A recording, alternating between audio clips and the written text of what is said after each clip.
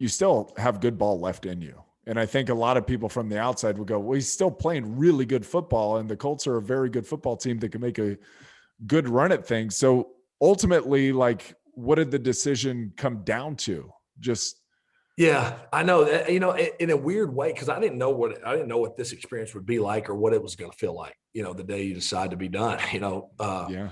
but in piling on to the thankfulness that I can walk away still being able to play, heck yeah, I can go out there and play, and we can go play well. And we can, so I didn't know that would feel like that, but I'm looking at it going, shoot, yeah, this feels right. Don't wait until you just can't possibly, I can't do it anymore. And they're saying, hey, you need to get out. Hey, joining us today on the Hardwick Life podcast, my dear friend, my mentor in a lot of respects, my teammate, former quarterback, and I'm sure a lot of you feel the exact same way that I do. Welcome in, Philip Rivers. How you doing, buddy? Hey, Palsy. Doing good. Good to see you. Yeah, you look good. How you feeling? Nobody ever asked how you're feeling. Yeah, I feel good. Shoot, I'm a little heavy. I'm about to have to get on the Lose Like a Lineman program. Since that January 3rd game till February, so it's been a month now. I haven't turned down much to eat, that's for sure. What was off season? What was your normal routine? Truth be known, I didn't do much different the first month anyway. We just kind of just deep breath, not really much activity. I mean, just kind of, gosh, mentally and physically, you're just drained. I mean, for every week, as we both did together, you're giving everything you had each and every week, and then you reset, do it again. So first month, I usually kind of just took off anyway, and then started to kind of gear back in some cardio and some hit lifts, and just some of the fun stuff to kind of get yourself back moving around. So really nothing different thus far. Certainly will be different as we continue to move forward in the spring. How's that toe? I know the toe was an issue during the year. You didn't talk about it a lot. It was funny. I kept getting guys from the Indy Star calling me. It's like, hey, he never talks about his injuries. What's going on? And I was like, well, I don't know. I know as much as you know on the television. How's that all sorted out after the season? Yeah, who I know you saw in your career, Dr. Porter, I was able to, see him. Thankful he was here in Indy. So he kind of was able to obviously check it out during the, right when I got injured and go back and check up with him. So I think I'm going to be all right. I don't think I'm going to need any further surgery, but it was the weirdest deal. I mean, you know me, I can't help myself when I have an opportunity to block somebody on a reverse. So I had an opportunity and I couldn't pass it by, but I tell you what, it was the weirdest thing. Now that I'm a former player, whatever, I can tell the story a little more detail. I don't feel like I'm trying to pat myself on the back, but I go to block him, and my right, it just felt like I was like, oh, what happened? And I said, my right toe just came out of place. I mean, it felt like that. And then my next few steps, it kind of went, kind of wiggled itself back in.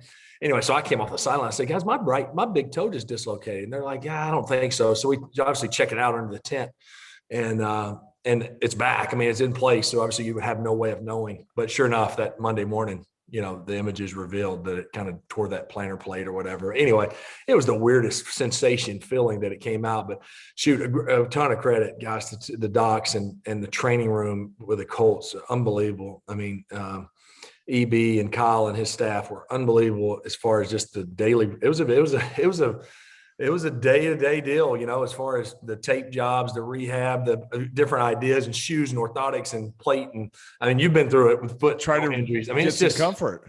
It's unbelievable. Anything you can do to go, man, I think that actually feels all right, and it got better. It got better as the season went along. Really, the last 3 or 4 weeks, it was a non-issue as far as just functional.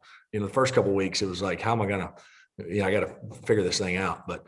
Of all things, right? Peeling back on a reverse just to get a little shoulder in, and you have to deal with something for the rest of the year. All right, I got to give you credit though on the technique. At least you were same foot, same shoulder. Same foot, football guys will know Ray Crowther technique. You gave him all the force. You probably should have had all your. You don't wear cleats, I know, but you should have had the bottom of your foot completely on the ground instead of that toe. But the technique was there. Technique was there, and I've heard that many times from you, Deal, Low Neil, same foot, same shoulder. So, yep.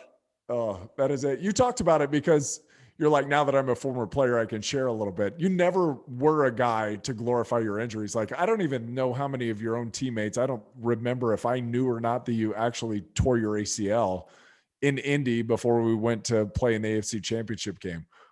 What is that? Yeah. Like, why? That was a What's crazy that? week. Well, I think more than anything, you just didn't want it to deflect. You didn't want to deflect anything away from the team, or for it to look like, oh, here's he's trying to do something spectacular. It's like, shoot, there's other guys dealing with stuff. They just don't care as much because they're not the quarterback, right? I mean, particularly that week. I think of all of us. I mean, there were so many guys that had so many things going. It's like, oh yeah, so let me make sure I make it a big, so I just wanted to, two reasons really. I didn't want to take away from the team. And then secondly, I didn't want Belichick to bring double A gap blitzes the whole game, knowing that I couldn't get out of there. It's like, don't let them think it's any big deal. They'll be in, Brewski and Sayal and company will be in the A gap double mug all day long. That was the game though that Vrabel slid tackled you. Gosh, right in front of Jeff Triplett too. Right in front of Triplett, the old trip, and I threw an interception and route to Chris Chambers. I'll never forget it. I've never brought that up. I never brought that up to Vrabel. I probably should have, now that I won't see him across the sideline again. But I don't know that I ever let that one completely go. Hey, it was. He slid it, and I don't really fault him. I mean, they just didn't call it. They should have called it. They didn't call it. Yeah. But yeah, that'll. Well, Triplett never called anything that would have been in our favor. You guys, I thought, because the accent that Triplett's got, he's from down south. I think he's from Alabama or Georgia. It's like, man, you guys should have been kindred spirits, and just nothing out of that guy ever. I know it. And we spoke the same language too. Yeah. So, but. Oh, all right. 2 weeks out now from the big announcement, right? Like, I'm going to retire. Take me through it. Take me through the decision-making process. Yeah, it was emotional, to say the least. Just conversation after conversation. I mean, it got to where my older girls would come up in the morning and say, "Oh, you are doing this again? Oh no, just tell me what you decide." I mean, it got to that far. So, who got involved in the family? Well, I mean, so in our immediate household, Tiffany and I, and really the three older girls, so Hallie, Caroline, and Grace, and then Gunner was in the mix as well. As far as having a little bit of, I guess input's the way to say it. Just what do you think? I wanted to hear what they felt. So that was good. Obviously, mom and dad and my brother. I talked to Kellen a little bit as well. So it's as I've always had, I always had just a small circle and certainly obviously family. And now that the girls are growing up, Tiffany and the girls, that was big, but, just a lot of praying about it, a lot of conversation, and it just and really Tiffany was unbelievable during the whole thing because she kind of let me talk, and I told you this, the day or two before, I announced it. She really just let me go, and just let me kind of work through it aloud. And so I would just go and go and go and go. And then she would kind of say, okay, well, and then she would go, she didn't want to steer it. So she was kind of just letting me steer it. And then she would go, well, it sounds, everything you just said points here. So here's a few thoughts I have, she didn't want to necessarily trigger thoughts. So she was awesome during it all, but yeah, it just all ended up the same way. And so I think just as time kept going, it became more and more clear and certainly emotional. I mean, even yesterday, and I kind of do it just to drive Tiffany crazy. But even yesterday, I go, I think I'm coming back. So I mainly do that. Just to make her, see her face go, oh, please. But, obviously you're going to have, you told me, I mean, that ain't going to go away. I mean, like, man, I'm not playing. God, so I've had, and that's just, and I think, and I'm glad, I'm glad, like, I can acknowledge that with you. It's like, that's all right. Like, shoot, if you didn't have that feeling, that'd be weird.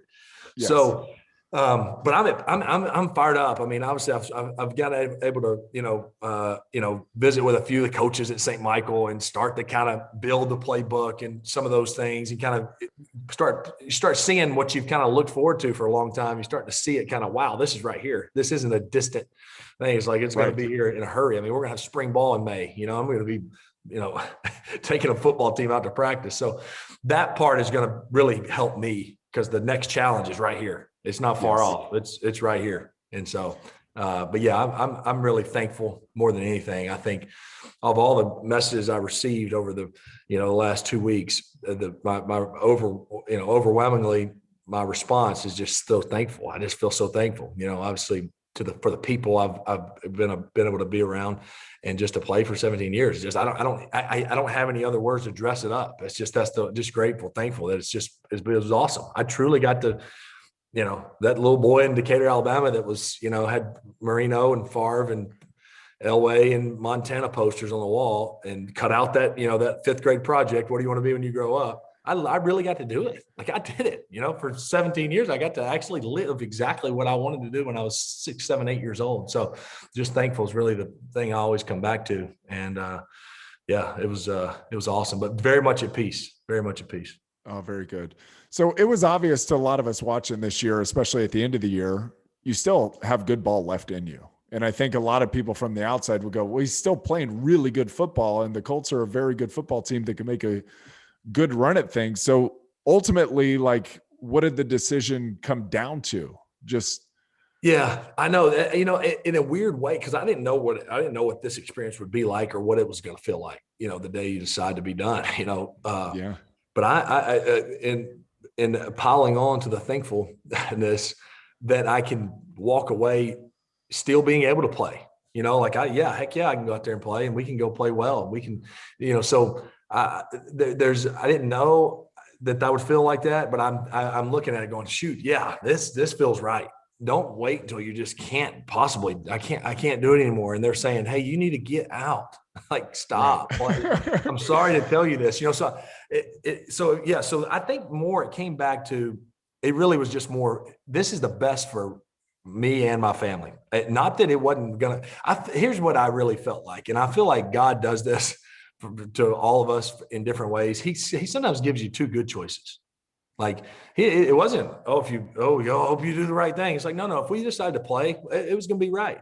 It was going to be good. We'll make it good. And if we don't, it's going to be good, so there's peace that comes with that. It's like, well, shoot, there's not a wrong choice here. So I think that a little bit of that, and I just, there was one of the few times, of course, we all have an ego and all have some pride about, this individually, but very seldom do you think about, at least I'd like to think, very seldom, it was all about the team all the time.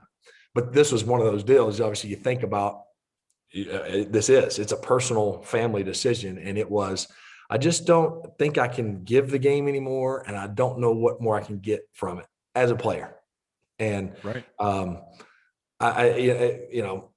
It was just, it was, again, I'm using simple terms, being at peace and thankful, but that's just what it was. It was just an overwhelming piece of that. It's like, and that's okay. So now what can I give as a coach to, these 15 to 18-year-old boys, and what can I give to my own family now, in a being around even more in that role, and then I can still get something from the game in that aspect. Yes. So, it's hard to really, it's hard to give something and still, give a heck of a lot. So it's hard to really summarize it in short ways, which I'm not good at anyway. I'm better at rambling around. But, it's just, so it's good. It's good. And I was very thankful for Frank, and Chris Ballard, and talking to Frank, just the way that they were, I guess their response and the way they handled just the whole, it was emotional. It was just emotional. And especially because it's about the people. And it's the people. It was emotional when you retired because of you, how much I love you. It's emotional with Dillman. It's emotional with, Gates. It's emotional because of the people. So it was emotional because I love working with Frank every day. I love sitting in there in the quarterback meeting and him talking through things and us doing it. Nick, obviously, excited for Nick moving to Philly, but that was hard because I enjoy those, and I could go on and on and on. I could go on and on about the teammates as well. But that's why it's emotional. It's like, man, I'm never going to call another play in a huddle again like that. I'm never going to step in a meeting again and get the Wednesday run game. It's like, whoa, you start, and it sounds like, oh, come on, you really going to miss yeah, you do. Like, cause that's what we've done. It's like, gosh, I'm not going to walk down a hall and holler in a training room and, all those things. There's probably too much to put into one. Hey, because everybody asks, what are you going to miss the most? But you're talking about run game install, right? It's like, people always think I'm crazy because so many times players get asked, what are you going to miss the most? The locker room. Yeah, I'm going to miss the locker room. I miss the bus rides, the plane flights, the dinners out and all that. I miss all that.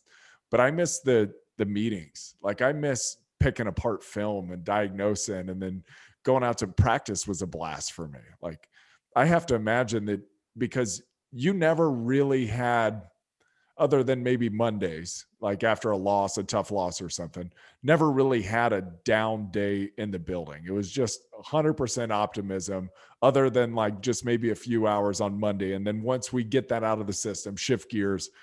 Can you pinpoint anything? Like, I'm going to miss this the most? Gosh, you There's said a so lot of much. There's so much. much. Yeah. You touched on the obvious ones, right? The locker room, plane rides, buses, all that. The locker room. That there's no question. You touched on a lot of them. I do think there's nothing, as you and I experienced on the field, but during the week when you feel like you've found something, and it's, you call, hey, let's call this. I think this will be good. Hold on, go back to the, the whatever. Go back to the Jags game. Pull that up. Oh my gosh, they did it again. And you're like, yes, that's what we're calling. And there's so much. You're just like literally fired up in there because of one play that might gain you 8 yards. Yeah. But you're like, man, this is unbelievable. We found this and found that. So that's what you definitely will miss, is the strategy a part of it. Gosh, I can go on and on. You mentioned the practice field. I love practice. I mean, we love to go out there. We're out there practicing. It makes me think back to Redman, right? Only in America. Like, what are we doing? I mean, I've tried it out on the field at almost 40 practicing football. Like, I mean, you could almost take it back to that. It's like, hey, go up there and go about 15 and run in route. I'm gonna throw it to you. I mean, that's what we got to do. Like, it's recess.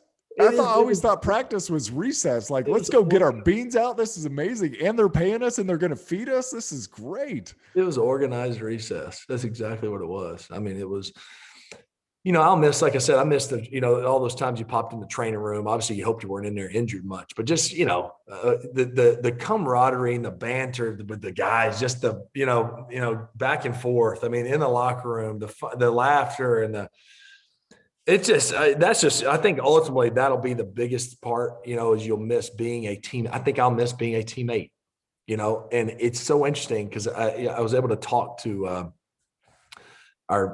my new football team at St. Michael the other day. It was kind of impromptu, and the AD was like, hey, you want to talk to the guys, your players? And I was like, yeah. And I wasn't really prepared, and I was like, shoot, okay, yeah, it's fine. So he just grabbed them in there at lunch, and it was good. It was awesome. It's like, wow, this is happening. But I walked out of there and I was like, well, this is different, because I've talked to plenty of teams before, but I was always their teammate. It's like, now, well, I'm the coach, so I say that to say, that's what I think I'll miss the most, is being actually a teammate. I mean, just that. All of these stories, man, you could go on and on about the little things that happen during the day. They all involve being a teammate, every one of them. So I think really I can, encapsulate all of it by saying that. Just, gosh, it was just so stinking fun. It was so awesome. I mean, walking down the hall in a break, hey, take 5, and we'd stretch it to 7.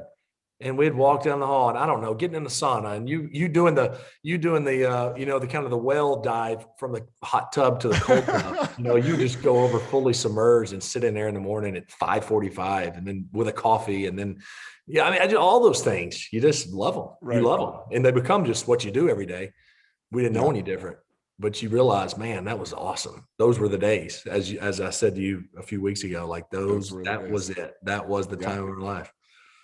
And I've never met somebody more extroverted. So the team is super important, and good for you for having a team ready to go into. And by the way, yeah, you're the coach, but you were always the player coach. Like, we were always just, yes, you were a player, but you were also a coach. And when you spoke, it was just so, and I know this word's used a lot now, is just so empathetic and so like servant leadership mentality, right? It's like you have that about you, and these men that you're going to lead at St. Michael's, they're going to feel the same thing that we felt. They're like, I'll do anything for that dude. And I mean, that's like the hardest things in transition, really, finding purpose, like having kind of a new identity a little bit, Yeah. and then having something that creates a little bit of urgency. And you've got these young men's, their futures and what they're going to learn and what they're going to get from the game is on you. And that's awesome responsibility. And I think it's a great landing pad for you. Yeah, I'm super fired up, and I appreciate you saying that. And I think too, for me, the cool part, really, the offensive line, you guys, there's been so many over the years, and then just the team in general. That, and especially as you got up there, as I got more and more, I guess, years under my belt, you did feel a little bit coach playerish, right? I mean, just the more you're in it, and the more you're almost teaching it, you are another voice of coach on the field, but. It was just important to know, I guess, and I always was thankful that we're able to keep that, that there was still that. No, he's Philip's one of he's one of us. Yeah. You know what I mean? I never was distant to where it's like, well, yeah, he's our quarterback, but he's really, he's, you know what I mean? Get him his own locker room. Yeah. Yeah. Yeah. So I wanted to never feel an inch of, I didn't want anybody to feel any of that. And then I think the other thing for me with that was I truly knew, and I've heard you, I mean, the speech you did, like as if the pseudo press conference, that we couldn't have. Oh, we'll talk about that in a minute. Had me balling, by the way, but that in itself, I think, was part of the whole thing. Going back to not wanting people to know if you're hurt or not, and wanting to be out there every week, and all those things, was that I knew what you said, and which was super meaningful to me. That those guys, you guys up front, that's what. Y'all would do anything. And it was like, yeah, it wasn't block, scat, right. And it wasn't block, rocket, and load it. And it wasn't just that. It was like, we can't let them back there. You know what I mean? And so it was more, it goes beyond that doing your job thing. And that's why I think you and I and many others had such a relationship that was way beyond the X's and O's and just doing our job and see you later. It was deeper than that. And that's why it was so special. That's why it's emotional. That's why you get, a lump in your throat when you talk about it, because it was way bigger than that. And that's why that's what was so cool about it. But that's why I think I wanted to reciprocate that from back here. I couldn't get up in front of you and protect. I couldn't hold the 300-pounder off of you, but that's how I felt. Like, I want them to know I'll do anything for them too. Yes. It was the same. It was the same thing. So that's why some of those things were intentional for that reason, so that y'all felt that same love that I felt from you guys. Yeah. And we did. We definitely did. About the press conference, obviously strange year and everything. Will you ever, and I know you're not a big fanfare guy, and I know you got crazy things going on, will there ever be a moment where, and I know especially in San Diego, they would go crazy to see you. Would there ever be a moment where you would go out and have some kind of to-do to say thank you? Or I know those, when I did that little one online, they're like, oh my gosh, I have so many questions for Phil. Can you please ask him this? Like, well, I don't know. I think people want to applaud you and thank you. And I really think it's just kind of, I think my approach is, let's just kind of see what feels right. I'm not opposed or anything, because I probably didn't do it as good as I wanted to, as far as thanking San Diego as well. I mean, obviously it was transition. We moved, then you get signed, right? I mean, you're still going. Oh, yeah. It was not, but so I want to make sure that, I want to make sure that's felt though from that community and for those 16 years there. And I was able to have a great conversation with John Spanos, and certainly thankful, as I told them on the way out, last year, thankful for the time there.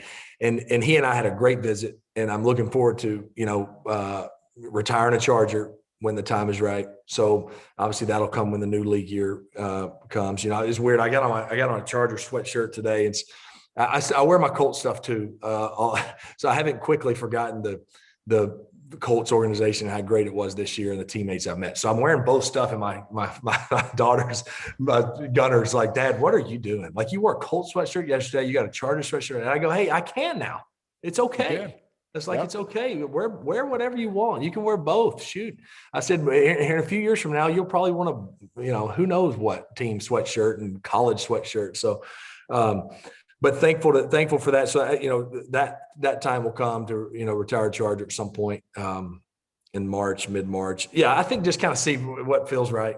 There's a little bit of me, as you know, that I like to kind of just disappear a little bit to a degree. Yeah. Like this is the first I told Tiff, I was like, man, this is about an hour ago. I go, hey, I'm going on with Nick. And, and she goes, when? I go, I think it's like an hour and a half. She's like, relax. Like I haven't said a word. I haven't spoken, other than just to sending out the statement. I haven't said a word in 2 weeks. So I just a little more my style, and that's like perfect. This is perfect. Me and you getting to just kind of sit. We're far away, but we're pretty much just sitting. We're here, and it's all good to be far away. Was this year fun? Going to another organization, another experience, obviously working with Frank and Nick, and Ballard's my neighbor, and he just seems like a great dude. And was it fun? Obviously you had some challenges, right? Because of COVID and the protocols and all that, but it was a lot of fun. It was a ton of fun. I all that considered, all the COVID protocols and all the craziness, it couldn't have gone any better other than us winning it all. Playing this weekend, it couldn't have gone any better. It really couldn't have.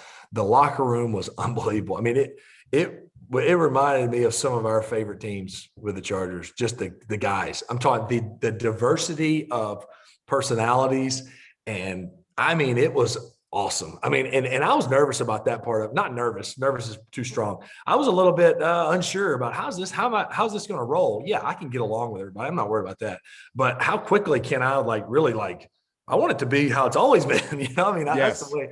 And so I was a little, and I was intentional with this too. I was like, all right, don't force anything.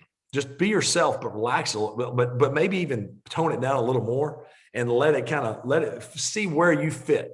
There's going to be some guys here that kind of run this thing, and I want them to run it. Let me just, where can I fit, but still be myself. And I couldn't have been thankful enough for how the guys were as far as welcoming me, and how it just kind of the transition was so smooth. So I had a blast with the guys, and mentioned Frank and Nick already. Marcus Brady, who now is taking over as the coordinator, he was great, as quarterback coach, and really can't say enough about Jacoby Brissett. I mean, he could have gone a lot of different ways this year. He really could, as far as how he wanted to go about his business and how he treated me. He could. Yes. I mean, he had every reason, right, to be upset, aggravated, and everything else. And he was the ultimate pro. I mean, he and I had a great time together. He was a great teammate. We competed. I mean, he wanted to beat me in everything. The pat and go spiral competition, the pre-practice accuracy thing. I mean, we got after it, but we had a blast. We had so much fun.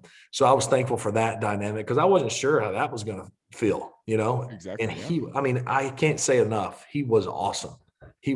So it went great. I mean, I could have done without the 175 straight, double nose, the double nasal swab. Of your nose healed up? Yeah. I mean, my question at the end is that how many it was? 175? We figured it out. It ended up being 175 in a row. But if you swab here and I have it, it's definitely over here. I mean, it's not going to be in one or the other. It's like, do we have to do both every day? So I count that as 350 swabs. But anyway, that part, and some of the distancing, we had to split in 2 locker rooms. You couldn't lift in big groups. Mask at walkthroughs. We couldn't do the dinners. Like I told you, me and a couple of the linemen went to dinner, or me and the linemen, the 5 guys went to dinner after the season. Was the first time we actually sat and had a meal and had a steak and laughed and told stories. I mean, we did all that in the locker room, but just, those the meals, during the preseason, or even on the Friday trips, every now and then we would sneak in a 5:30, steak dinner on a Saturday. I mean, so that was the first time. So those things certainly weren't, I didn't love those, all the different parts of those, but it was, the season was a lot of fun, man. It was fun. It was different to be in a new place. He had new things operate, but it was awesome.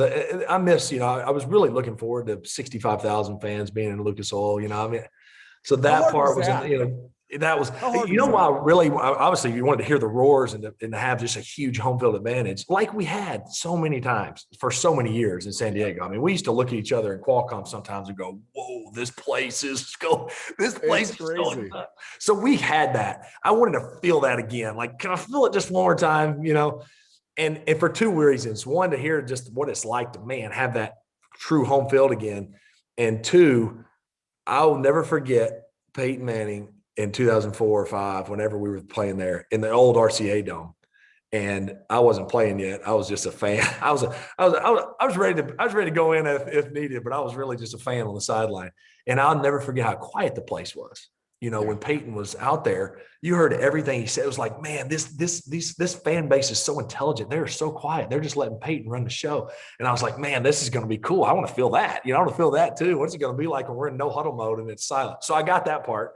It wasn't 60,000. It was just the fact that there was only 10,000 in there. But all in all, it was great. All in all, it was a great experience. Had I known all the parameters going in, I don't know that we'd have gone. I mean, to a completely unknown place. Right. I don't know that we would have. I may have been done last year. Just, you know, but I'm glad I didn't know, because I would have done it. It was awesome. It was absolutely. I'm thankful for it, even though, you know, you go, man, I was only there, 6 months really, or 7 months, but I go, it was awesome. It was, I wasn't there. I met some teammates and people this year that I'll talk to forever. It's like, really? Like, yeah, I think so. I mean, it was that cool of some bonds that we formed in a short period of time. And so, like we've always said, it's the people that make it. And so I'm thankful for that. It was great. Can I guess Jack Doyle's one of them? Jack Doyle's awesome. He's awesome. I love watching him play. I love his demeanor on the sideline. You guys had a great connection going at the end. It was awesome. We were really getting it going at the end, and I remember telling Jack walking off the plane, I was like, gosh, obviously the emotions are high, right? We just finished the season, got beat in the playoffs, and I was like, man, Jack, it'd be fun to do this again, I mean, because I was kind of, again, I'm wrestling. I wasn't one-sided. It was like, yeah, we're coming back and going again. And it was like, man, I might be done. It was like that. But Jack really, he had some injuries early in the year. And he was really he was rolling. I mean, he was rolling. It was getting to the point late in the year was just like, keep 84 in the game at all times. Now, that's nothing against Mo and Trey. It was an unbelievable tight end room. But it was just like Jack kind of was getting in a little groove. And it was like, we got to keep this guy out there rolling, Yeah.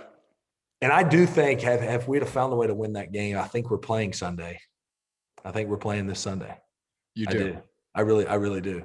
And that's why there was definitely, in hindsight, there was ways to win that game. Man, I think that's why it hurt so bad too. It was like we've been in years. You and I were on teams that got in. Most of them, really, those 6, 7, 8, 9, we definitely were capable of winning it all. Probably should have won 2 of them. Really, probably should have. Not could have. Probably should have. Just based on how our team was loaded. Yeah, 6 and 9, we probably should have.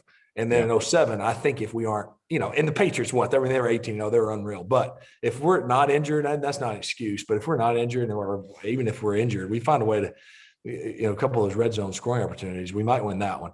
And then in 13, we made a run. But in 13 to me, it would have been had to have been spectacular. Yes. You know what I mean? So that's where I go. Now, of course, we never took the field and didn't believe we could win it. Of course, we believed it. But that 13 was like, oh, well, yeah, let's see. Oh, man, we might. Oh, man, we went and beat Cincy. Okay. You know what I mean? It was like, the Chargers are alive. That was that year. Here we go. We kept saying, the Chargers are alive. It was like, what in the world? Yeah. But this team this year, and then in 18, I really thought we had it, but this team this year was like, oh, no, we're going to win it. Like, it's not, well, we need this to happen. I was like, no, we're good enough to win it. We weren't the flashiest team. We were just, to me, the soundest team in the whole tournament. We were in top 10. Very strong. All 3 phases, we were top 10, special teams, defense, and offense. It was just like, man, it's like we can just grind it out and win any way we need to. So I think that's why it hurt so bad too, is because we really were capable. It wasn't like we needed a miracle to pull it off. Do you have and I know always subject to change, of course, depending on mood and memories that are kind of coming in to you at the time. Do you have a favorite moment in the NFL that you look back on and are like, that was the one? I don't think there's any.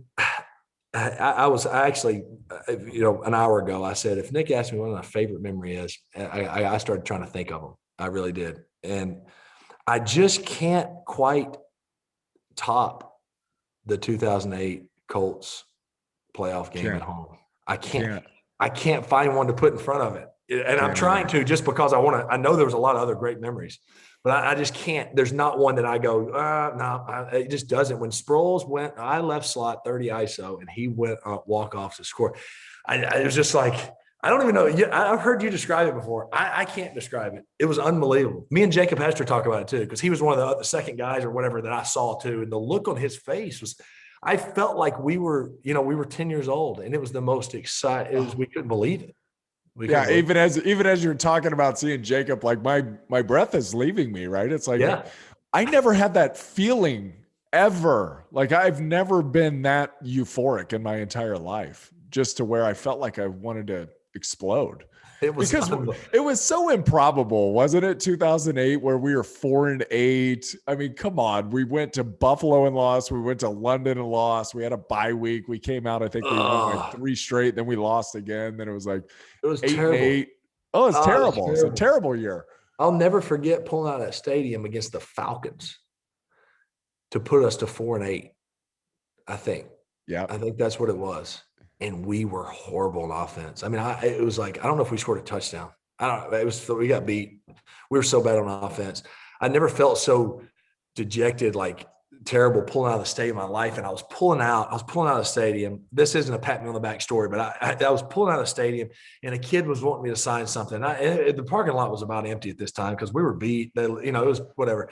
And I just acted like I didn't see him, right? And go roaring up that hill. I was so mad. And then I thought to myself, what am I doing? And I ripped back around, went back down there. And that kid, I just stunk it up. We're 4-8. And that kid wanted an autograph, And I signed an autograph, and I went back up the hill. And as I remember 12 years ago, I was emotional. Teary-eyed, like, what? We're 4-8. This is terrible. This kid wanted my autograph. It was like a wave of emotions, Yeah.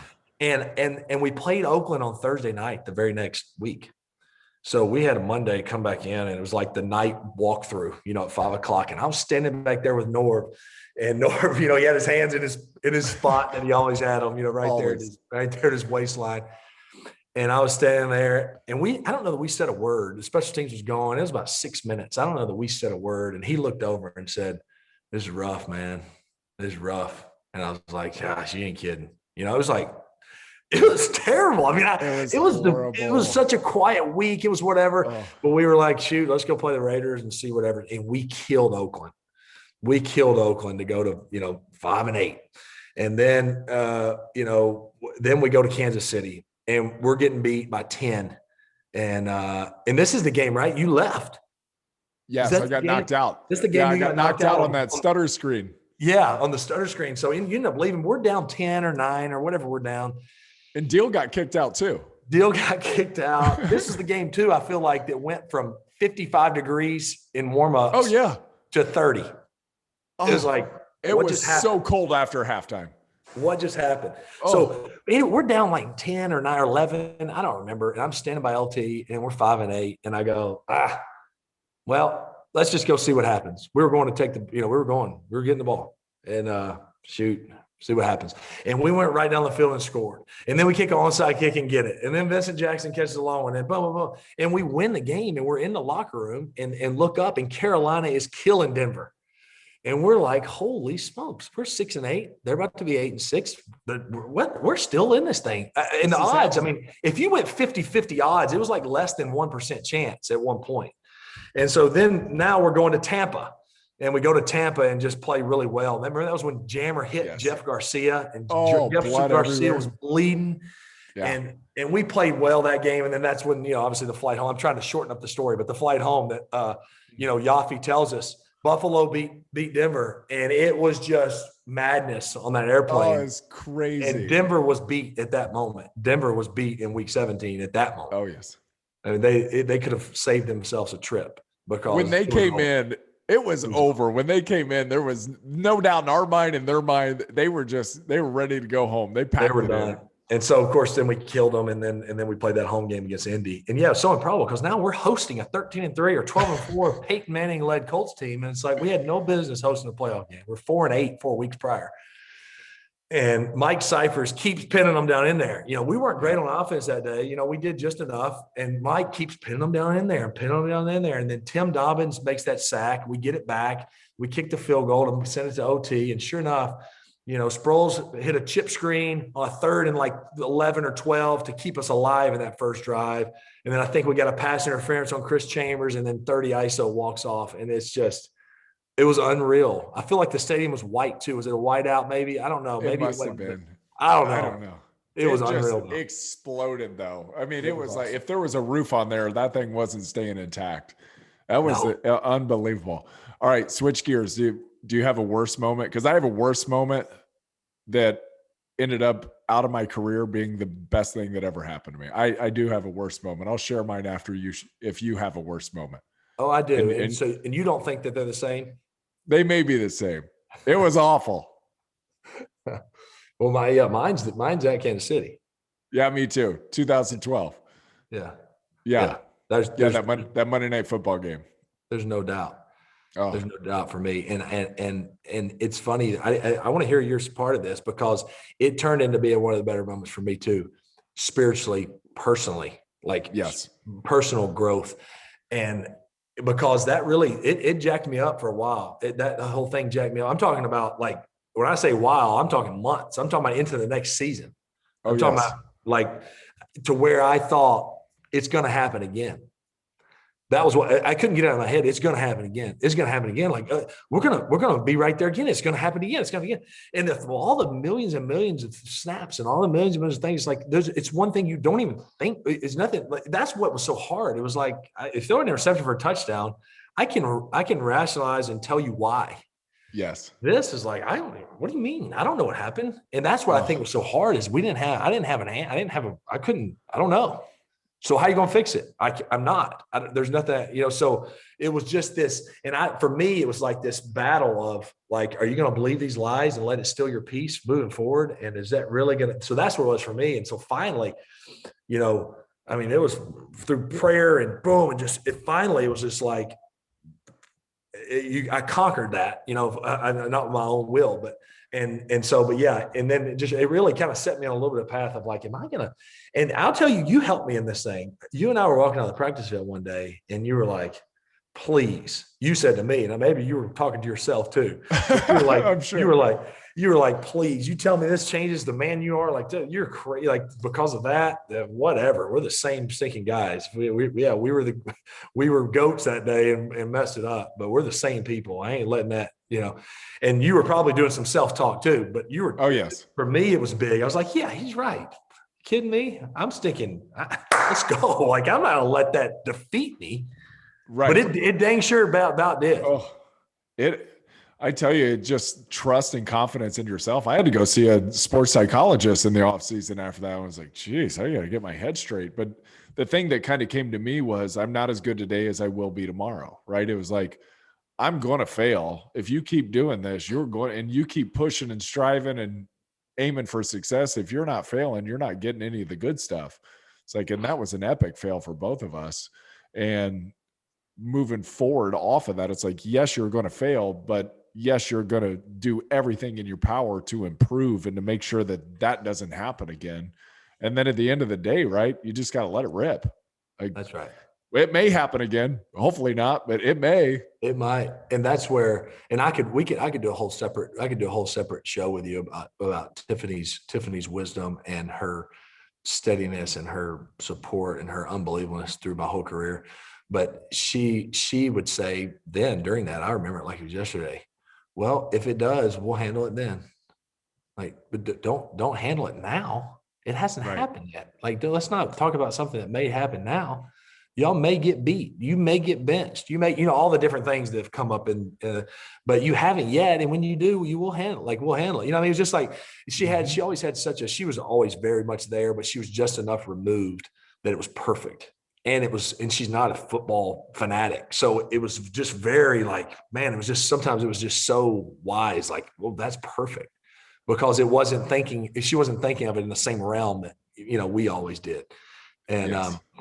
And like you said, not as good tomorrow as, better tomorrow than you are today or whatever you said. But yeah, that's the whole Nuke Cheppy thing, as you and I know, it's that we'll begin again. Like we're going to just keep beginning again. It's like good or bad. It's like, think about some of the unbelievable days where you're like, I just played the best game of my life. Well, all right, tomorrow came. Now what do you do? Like you begin again. And you just keep beginning. But yeah, that was for me. That was the biggest thing. And I kept reading this book. A great friend of ours and doctor, he gave me a book. It was called Blessed Be God book. But within that book, it was talking about the worries, that Satan will cause you to believe like here, like there's enough things we have today to deal with than to think about something that may or may not happen that can rob our peace now. Yeah. You know what I'm saying? Like, we got enough things to do today. I mean, like, think about the tasks you have to do today. It's like, well, let's don't miss those, or let's don't miss those for one, and let's put our attention to that, not something that may or may not happen. And you're letting it like steal your peace and your joy, and it's distracting you. It's this. It's like it may not even happen, good or bad. Like I don't think you should let it weigh you down, good or bad.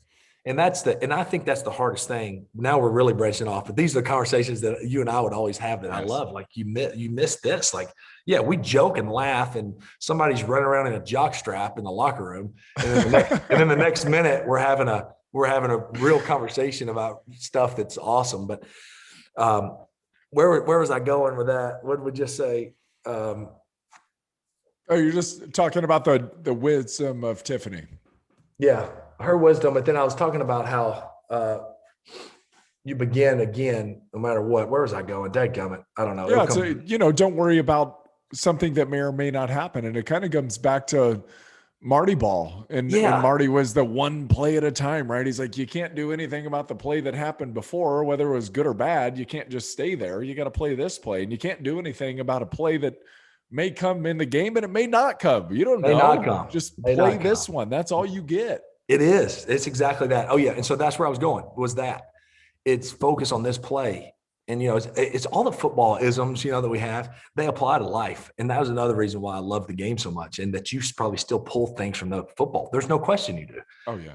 Daily. Oh, yeah. But is that I feel like in general, we as a people in the world now, one of the many things that we're not good at is just being where we are. You remember the whole be where you are thing? And it's that, as a priest friend of mine would say, sanctify this moment. Like you and I have this moment right here, this podcast, and it will never be again. This one won't, you know what I mean? Right. So it's like, let's just, and each moment interaction you have during the day, it's like, well, if I'm helping with, and we all do it. I'm guilty of it with this stupid thing, Oh, it's the worst. And it's embarrassing sometimes when it pops up screen time usage. I go, oh, that's disgusting. I looked at it that much. What was I doing? I'm refreshing the news. I'm refreshing, sports talk, and what trade may or may not happen. I'm sure I'm going to find out that stuff. If it's that important, my phone will be ringing off the hook. Yeah. So, but yeah, it's just I think just being being where we are. It's just gosh, and it's easier said than done, but that's one thing I've always tried to do better, and at least acknowledge when I'm falling short so you can do it, because it's great. You feel it's better. Yeah. Each interaction's better. Each, all those things are just better when you do that. If you're in the moment, you're joyful, right? If you're in this moment and enjoying it and just locked in, that's like the beauty of playing. That's why I love doing this. It's like you get these moments where you just get a zone in, and it's, of course, not the same as being on a football field and having some massive man breathing down your neck, trying to rip your head off, right? That gets you super hyper locked in. But you do get these moments where when you're just in it, and there's other things that kind of give you the same thing, but it won't be to the same degree, I'm sure. But you have that ability to get lost in the moment. Like and I have to imagine, like when you're coaching high school football, you're going to be it's going to be so fun to watch you, dude. There should be a camera follow you around. I can't wait to see it. I can already tell. I laugh thinking about the Hoosiers quote, when Shooter tells Coach Norman Dell, hey, you got to promise me you're not going to get thrown out any more games. That's my goal. My goal is that I remain on the sideline for every game I coach. No, I'm kidding. You better have a good get back coach just for you. No question. I think about some of the moments you and I had, the game, not the game within the game, but the little subtle, interactions or conversations, which are too many to obviously remember all of them, but that are the parts of the game that you're thinking back to favorite moment, favorite actual moment was that, another emotional moment I think about is after that AFC Championship game, that we lost in New England. I'll never forget. I mean, just the sobbing, it's like your knee, and I'm looking over and it's Gates and it's you and it's Jamal and it's all these guys. And we were wounded. And we had, that moment's pretty vivid to me. And Norv was kind of loving on all of us, like going, we'll be back, man. We'll be back, and we all were like, heck yeah, we will. And I never went back. But I was thinking about you and I, like do you remember the Cincinnati pressure we picked up? And I don't remember what year it was. It was 13, I think, or 9. It was one of the two. And we had gone through the whole week, it was like, we spent the whole week against Mike Zimmer, who's known for the double bug. Yeah, he was the originator. And we spent the whole week how we're going to pick it up. We picked up one exactly how we thought we could get them to do it, and they did it, and we hit a third down. It's just a ho-hum, third down in the middle of the second quarter. But I'll never forget the look on your face. It was like we knew immediately. I was like, find Nick. And you were like, where's Phil? You know what I mean? And we laid eyes. And it was just like, yeah, it worked. It was so like, God. And it was just, and then it was like, all right, there we go. Get in here. It was, Queen right 50 slant, or whatever it was. Because that's when we had changed protection completely, because they kept going off of our point and bringing the other A-gap guy. So every time we'd say load it. So then we switched it up and so changed the call and it worked, and everybody was on the same page. It's like rocket. And we ended up sliding to the left. It was the best. We got you, turkeys. It was the best. I'll never forget them asking me. I was getting on the bus. I think we lost the game actually, but I was getting on the bus. The one I'm thinking about, they asking me, "Hey, what? You in the center? What are y'all doing?" They're like, "What are y'all doing with the pickup? How are y'all doing the double mug?" And I was like, "You think I'm going to explain this to you?" Like, first of all, we didn't win the game, and second of all, I got to keep a little bit of an edge. It's hard enough. You guys are hard enough to deal with. And then I think of Denver. I'll never forget Denver in the huddle, the one game where I said I broke 3 ribs, and y'all are like, "Shut up." I'll never forget. You were yelling at me as you were getting hit. You're like, Nick. Like, I think funny. I was looking over. I was like, I think it was Manu. I remember the Oakland game once. They were bringing somebody from the right, and they were bringing somebody from the left. And I wanted to go rocket, and you were like, "He's coming," and I was like, "He's coming too." Anyway, so we went. They both came. We were both right. It was like double. It was a version of Saul Blitz. But anyway, those little things, and there's plenty of more. Those are the ones that pop in my head. Those are some of the awesome moments too. Like those little, conversations and little snapshots within games that are just like, some of them are unspoken. I remember in Indy when you were like, "Don't you scream at me on national TV." We had to delay a game or something. That was in the divisional round to go to the championship game. And I was like, we don't have a play for 3rd and 18 or whatever it was. It was 3rd and 17, 18 or 19. And you were like, "Well, figure it out." And sure enough, we hit Chambers it seems 678. We hit Chambers on the end cut versus Tampa 2 for about 20. And you look back at me like, "Well, you figured it out. Y'all figured it out." I guess we have a play for 3rd and 18. That is so many good memories. If you were to say, and you brought up the blitz pickup, and I think of Zimmer and I think of Rex Ryan, and those blitzes weren't there when we first got going. Like the blitz pickup and the ability to do everything that we were able to do. If you were to say you left an imprint on the game, what do you think it would be? From a technical standpoint, you got the stats, got the yards, got the touchdowns, got great. But I always like, how did he change the game? How did you imprint the game? And if you don't toot your horn, I'll toot your horn. Well, I don't know, changed or whatever, but I would like to think that at least I was part of a group of guys or scheme or coaches or players. I mean, because I felt like you and I were kind of the originator, not you as players, we were kind of the originators of literally being able to, we pretty much called pass. It got to the point. It was like, you can call it 5-man pass pro or 6-man. Yeah, but it's pass. And we'll tell you where we're going when we get up there. I mean, nobody did that. You know, it was like, here's the rule. If they bring two, you're hot. And we're like, no, what? That's dumb. If they're bringing two, let's actually bring the tackle. We're going to go Ray. We're actually going to bring them all and still get the back out. You know, that was like, I do feel like I can say that pretty confidently. Like we started that, you know, the ability to, we didn't start we started the ability to get to anything at the line. Yes. And so I do think that hopefully I can say that we're part of a group of people. Again, it's hard to know what everybody was doing in every other building that did leave an imprint and a mark on how protections, how stretch the limit, I guess, on what you can do there. And not just protections. I think protections and just ability to check in and out of stuff. I mean, obviously you think back, I immediately think of Peyton Manning and how unbelievable his ability to do stuff at the line. So by no means am I dare even saying that we were the masters at checking plays, but I do think that I'd like to feel like I challenge the D coordinators and the defenses that you better hold your disguise as long as possible. And it better not be the day one install where you show down here and bring it here, because that's dead. I'll tell you where you're supposed to be. You know, it got to the point where it was just like, you better do something. And teams did. I mean, then they started, it was like, what in the world is this guy lining up here? They've never shown that 17 weeks. And they didn't show that 4 years ago. And they didn't show that when we played them in 2009. You know, it's like, and now they're doing it.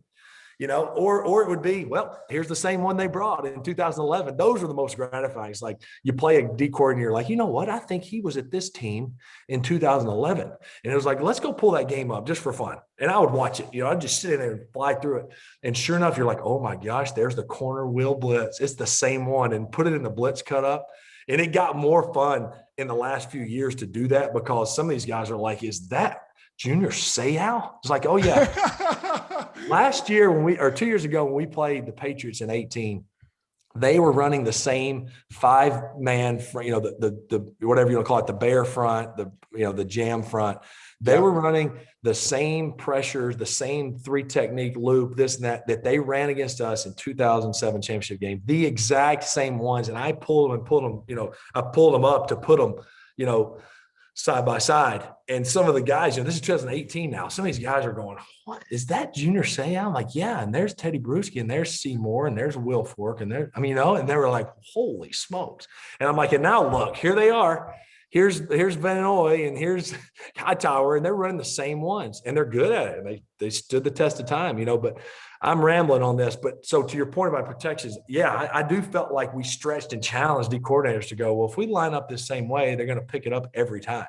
And we took pride. I know you and I took pride in there's no free runners. Like, it ain't gonna be a free. And it happened some. It did on occasion. Yeah, it did. But it was like, we're gonna get it picked up and get it wired. And then I think to me too, where I really grew in the last, probably in the last 5 years, even more. We did it some back in the heyday, but is getting to runs. And I really took pride in getting to runs. Like, oh man, this is a sick run look with an over, or it was a 2-eye, or man, it's a loose shade. The stuff you would always see, a loose shade. You knew this was coming. And it was like, yeah, we can get to a pass and pick it up, but how about we run away from it and gash them or run into it? So that's where I felt like I grew too, to take it to a whole nother level, is how can I help us in a run game? How can, and not just me, I say I as in we, how can I, through the preparation of the coaches and all of us, help us out there in those moments? And so I hope that, I had never thought of it like that, but I hope that I left a mark there in that regard, because 2 things. One, I think we were good at it. And 2, it was probably my favorite part of the game from a technical strategic standpoint. Well, not probably. There's no question. It was my favorite part. So I hope within my favorite part, something that I love that much and that I felt like I was pretty dang good at, I hope it left something, Yeah. Well, I think the thing so when you mentioned Peyton checking at the line of scrimmage and doing all that and everything, the difference is we didn't really check the passes. We just checked the protection, because we didn't do side adjusts. We didn't do hot routes. It was like, we're pumping the ball down the field, especially with Norv, like, we're going vertical here. Yeah. And if we can pick this up and get a body on a body, it's funny, the run checks, I heard a couple of the run checks this year because of the no crowd noise, right? It's like, I could hear some of the calls and I was like, oh, I remember that one from 2013. Yeah. when we started, it was just the beginning of it, but there was like moments and there was like, they're bringing an all out blitz from this side. Why don't we just run over here? Yeah. Like, let's just go away from it. And it's Right. fun to see that evolution. But I mean, you talk about the AA gap, you talk about Kansas City had that big wall defense that they were doing. Everybody was up and then they'd run one side off and create that wall. And you had the amoeba, like the Rex Ryan, just walk around. All of that started once we were able to break all the rules. And it was like, so you can't just line the mic up over here and bring him and then we're going to throw high. Yeah. Yeah. They're going to point to the back. I was like, well, just get him over the other side of the center and then they can't. Yeah, exactly. Yeah. Once the rule, the base rules of the protections, that's what the pressures were designed to beat all these base rules of ace and scat and two jet and all these things. And then once we broke those rules, it was like, wait, we better do something. We have to do something different or we're wasting our time. If we're going to line up in a 4-2 over and cheat the mic and bring the nickel, it's not any good, guys, So what do you, you know what, a lot of those too, I think those D coordinators now, a lot of them, and it makes sense. A lot of those pressures I've seen too, they're more run pressures. They're not, I go, gosh, that's not even, why would you keep bringing the nickel? What's a run pressure? You think how many times it did get us where we handed off Buffalo or we handed off weak zone, right to the nickel and hit us right in the face because they held it long enough and then bam, and you're not accounting for them. So to me, a lot of these first, second down base pressures, I say base is in simple, they're more run pressures. They know that, of course, you're not going to have a free runner, but it's hey, you may slant and get a guy, but they're more run stop things to me. Yeah. Then it mess up your fit on your double teams and your combo blocks. Now all of a sudden you got a spiking 3, and it can jack up that. So, but yeah, that part for sure. I would hope, and then I hope too. I hope young quarterbacks, at least, not so much the fire and the talking and all that, but just as a competitor, like, I hope that I left that to where there's some kid somewhere, maybe some that are playing, maybe I don't know, maybe some that are already in the league, the young guys that are like thinking, I want to play like that. Yeah. As far as just like fighting till the end, I don't know, slinging, fighting, I don't know, but somebody that's grew up that goes, I don't know, that's the kind of that, because that's what I did as a kid, is grew up watching those guys going, I want to play like Brett Favre, I want to have a back and forth with Warren Sapp like he did. Well, and I got to do it. It's like, man, I get to do this. I mean, you grow up doing that. I want to make a check like Peyton Manning and do this. I mean, you know what I mean? So you hope, I hope from a competitor standpoint, and hopefully from a class standpoint, because I felt like from post-game interview to pre-game interview to all those that I can thankfully say and humbly say, I think I did them all the right way. Like did you ever get aggravated at a question here and there? Yeah. But I like to think in loss and victory that I was, for the most part, somebody can say, tell their son, hey, there you go, So those are some other things that I hope that, can at least be somewhat have its effect on the game. I always say that about you. One, it's unmatched integrity. Like, you've always had your values straight and you never wavered off of that. There was never any wavering from that and the values. And there was never anything that anybody could say this man lacks integrity ever. But from a leadership standpoint and like raising boys and raising leaders, always at the press conference, you always shared the acclaim and always you took as much of the blame as you could possibly do reasonably. I mean, if a guy drops a ball or shanks a punt or, I snap it over your head, like you can't take the blame for that. Right. But you always did such a good job. Hey, I know we're coming close to the end here. You mentioned talking trash is you got to miss that, but who would you say gave it back the best? Because you're now going down like in the books as one of the epic trash talkers. I heard one this year that was like, well, that aggravates the stew out of me. And I thought, where is this down south, back home, no cuss thesaurus that he pulls these, he gets these from? Well, see, here's what's funny, as you know, and you and I've talked about this. There were definitely times where I towed the line and maybe even crossed it from a standpoint of, hey, reel it back in, come on, like let's just reel it back in. And there were times when I know it was just like, hey, can you not get the Turdell Sands riled up? Okay, can you not? He's gonna sack us both again. Yeah, I mean Seymour, Seymour and Tommy Kelly. Like, do you have to get them more riled up? Well, you pick somebody else. Like, so there were times there where it wasn't very well calculated, but there were also, it's also like you said, like that, aggravates the stew out of me. It was more so just sound bites and it was more just by way I operated in the game. Some of it wasn't even talking to the opponent. It was just both interaction with teammates, the way I interact with referees. Sometimes it was just like, man, this guy's funny. And I wasn't doing it to be funny. It's just like, it's recess. It goes back to you saying this is recess. But the guys I think that I had the most fun with, Jared Allen comes to mind. He was fun because it was more just kind of like, I'll never forget him catching a fade on us. They put him in on offense and I came back out there and he hollered over. It was more like conversational. Gosh, some guys, the guys that, like the Von Millers and the Ray Lewis wouldn't say much, but that was fun. That was a few of those times were fun. Gosh, it's hard to remember, guys, but it was usually DBs. Like I remember Dre Bly, that was way back way back in the older days. But like Chris Harris was fun in Denver, who's now with the Chargers. Brandon Flowers was fun, who was with the Chiefs that ended up with the Chargers. Gosh, I'm trying to think of guys recent. It's really died down. I mean, because it really was more fun with guys you either knew or you played a lot against. It was like I didn't go into a game with a game plan. I knew a lot about the guys because I just love the game in general. So I knew where they played. I knew where they're from. I knew that if they had gotten beat the week before. I mean, because you watched all that stuff. Of course. So, but I didn't really go in with a game plan, but it would just trigger. There were moments that just trigger you. I don't know. Either you hear them say something or, I don't know. There are moments that triggered you. But I do think for the most part, I think it got blown up as media things do early.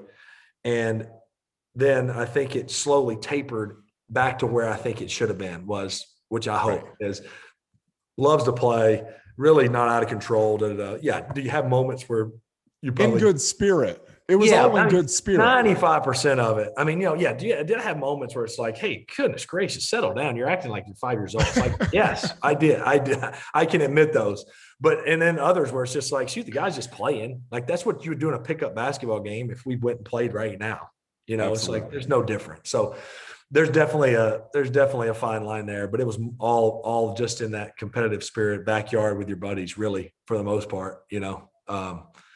The guys here loved the 90-yard touchdown, with Jacksonville. The guys with Colts, because they would every now and then they would let that one, they would holler that out, like making fun, like 90-yard touchdown. It's just like I just have to shake my head. I mean, because it's like, man, what a big kid out there, But that was the beauty of it too. Is just shoot, we got to play a game, like you said, it's the kid's game. Got to play a game. Yeah, it's just awesome. I know as a fan, I'm gonna miss just kind of seeing the childlike exuberance and getting lost in the moment and the competitive spirit and the toughness and all that. And I know a lot of people are with me like, God, I'd love to see Philip in a broadcasting booth. Is there any chance? I know you got the high school coaching gig, and I was involved in high school football this year. I know how full-time that is and building a program up and everything. Is there any chance you think in the future you'd find yourself in a broadcasting booth calling some games? I'm not going to completely rule it out. I think I'll leave it there. I do feel like I could do it. I do feel like I can do it and have a heck of a lot of fun doing it. But again, I think it's going to be that balance of what is best for now what is best for the Rivers family and then for the St. Michael Cardinal football team. I mean, I think that's kind of like, all right, well, is it best? I don't know. Again, if the opportunity were to arise. So right. You certainly don't rule it out. But yeah, you're right. Now getting this program, I laughed. I talked to the AD yesterday. We were talking about, what can we do in the spring? Spring practice is this. Okay, you get 2 hours a week to do, football stuff leading up to spring. like on the field, like we can Right. walk out there and do, then what do you get in the summer? Okay. Win 7 on, we're just kind of talking. And then, have you ever practiced in the morning before school, after school? We were just having a conversation. And I was like, cause then if you're here till 6 o'clock, we were just talking and I go, hey, I mean, I didn't plan on like having longer hours than I've had the last 17 years. I know. We laughed, but I'm like, Tiff was asking me, hey, so what's our schedule going to be like? I'm like, hey, I don't know it quite yet, but it's going to ramp up. I mean, it's not going to be, Oh, yes. It'll be different because we won't have the full day mornings and I'm not going to be a teacher. So I don't have to be at school at 7 a.m., and be there till, Right. the last kid gets picked up from practice.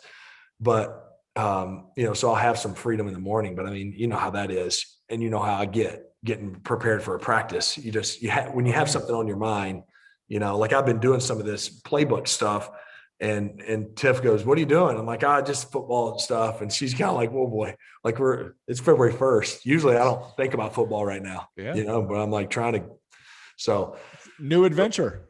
It is. I'm really fired up about it. I'm super fired up about it. I'm fired up about the competition part of it. Obviously, we want to help build this. I'm excited about the school and the mission of the school and what they're about with really the faith, family, and school and then the sports, and all the club stuff comes after that. I'm gonna have to add school in there.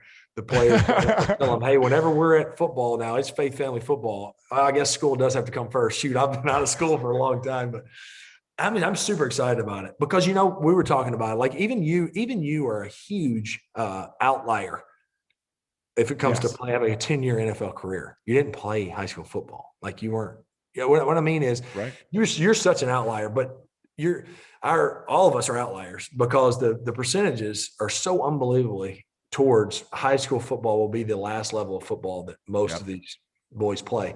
And so as I'm just thinking about it, I'm mostly, we're going to compete. Heck yeah, we're going to try to win a state championship. We're going to try to, have all those things for sure. And I wanted to learn some football. Like we're not just going to just call plays. It's like, no, I wanted to learn what does an outside zone mean? And what is the footwork? And what is the mission of the play? Like stretch and displace. And then we're going to push and cut. Like at least so they go like, man, that's, you know what I mean? Why are we doing this? Yeah. Not just, we're just running it. What do y'all want to call it? It's like, no, it's a play. Like what do we try to get out of it? Where's my aiming point in a double team? Like all that stuff. Yep. And then I want them to have a great experience. I want them when they're 30 or 28 to be telling a buddy, like, did you play ball? Like, yeah, in high school, I played down at St. Michael, in Fairhope, Alabama. And it was the time of my life. I want them to say it was the best experience. Like we won games, but we had so much fun and we competed and we did this, that. And then I hope the last thing, which maybe is the most important, that hopefully they can say, yeah, and I learned this, whether it's Nuke Cheppy or I learned how to treat people. And I learned this, about this saint, and he's become our family's patron saint. And it's really been impactful. And I learned about, I hope it's like bigger than because the truth of the matter is just what we said. They aren't playing beyond this. Yes. And I hope, for the parents that happen to listen to this podcast, they're like, hey, heck yeah, I hope your child goes and plays in the NFL and gets a scholarship. We're going to plays college football. And we're going to, believe me, we're going to have some kids do that. But that's not going to be the main focus of the program. And so that's why I get excited about it. Because as you well know, it's way bigger than this, than that moment you and I talked about with the Colts, the Colts playoff win and all these other ones, they own the field moments. It's way bigger than that. It was way bigger than that for us. The game was. And that's what I hope I can help facilitate. I'm not doing it, but I hope I can help facilitate that for these boys as you try to develop them into being good men. Yeah, that's the game is the conduit to turn into. And what are you trying to get out of the game? What are you trying to give them from the game? So there's so much there. And I know you're going to do an unbelievable job with it. Last one. Who's going to win the Super Bowl? And I'm, by the way, terrible at picking in the playoffs because I only pick with my heart in the playoffs. And regular season, I pick with my brain. But in the heart, I'm like, well, I want this guy to win. I'm terrible at picking. I think I've been skunked the whole playoffs. I'm not great at it. I think Tampa wins. Do you? Yeah. They just got something going. They got a little something going, and then they got the guy running the show that's just I don't know. He just wins. He just wins in the postseason. I mean, the man's in his 10th Super Bowl. 10 Super Bowls. 10 So Super Bowls. But he's 10 it's like 47% chance that he makes it to the Super Bowl. And then if he wins this one, think about this. I think he's got a 33% chance to win the Super Bowl. 33% chance to win the thing at the beginning of the year based on his track record. I mean, it's unbelievable. But they got it going there. And I tell you, it's been so interesting. We don't need to talk about his whole career or talk about the whole thing, but they had some unbelievable teams in New England, obviously. Yes. Unbelievable teams. I mean, thinking back to the Randy Moss, those days when they had the 18-0 and all, I mean, we can go on and on. But this group of skill players they have in Tampa on offense right now, man. Scary. I mean, you think about it. I mean, they're all of them high draft picks and Pro Bowlers, all of them. I mean, you're going Gronkowski, Brait, and then OJ Howard's hurt. He was the first round pick from Alabama. That's the 3 tight ends. I mean, if Antonio Brown's your 3 or your 4, then you're in a pretty good spot. And who did they? This little Scotty Miller can fly, and if they threw the touchdown too, and then you think about Fournette and Jones. You got Godwin, you got Mike Evans. Yeah, Godwin, Mike Evans, Antonio Brown, and they hit a couple huge third downs to number 19, and then Scotty Miller runs 4.3. He's talking about racing Tyreek Hill, and then those 2 running backs, Fournette and Jones. So I think this is arguably, as a whole, the best skill group he's ever had. He's in his 21st year or 20th year, and it's the best skill group he's ever had. And they just got something going, and I think that. I like the way Tampa's defense is playing right now, but I don't know. I say all that. Now here I go. I'm going back. I'm like, gosh, the Chiefs skill players and that speed is unbelievable. It's so imposing. And Mahomes is awesome. I think Andy Reid, what the some of the calls he made the other day, it really in the game when Chad Henne came in, and just he's he's one of the best coaches of all time, I think. Yeah. He's as good as they come. Yeah. And people will say, well, shoot, you got the best players right now. He's got the best quarterbacks. Yeah. I mean, that's part of it. But over time, I mean, even his time in Philly, his teams were awesome. And I just think he's a heck of a coach, obviously competing against him so many times, but it'll be a good game. You and I will have the heat cranked and fireplace going because it will be 0. It will be 0 degrees. I'll be back there and ready to watch it. But won't be spending much time outside. Used to be in San Diego watching Super Bowls where the doors are open and it's daytime, right? The game kicks off at 3:20 and you're kind of in and out. Halftime, you're throwing ball out in the yard with the boys. So won't be any of that. But got the pool open, got the green egg running, got the TV outside. No, not this year. Not this year. Well, hey, buddy, thank you so much for this. Thank you for the time, all the insight.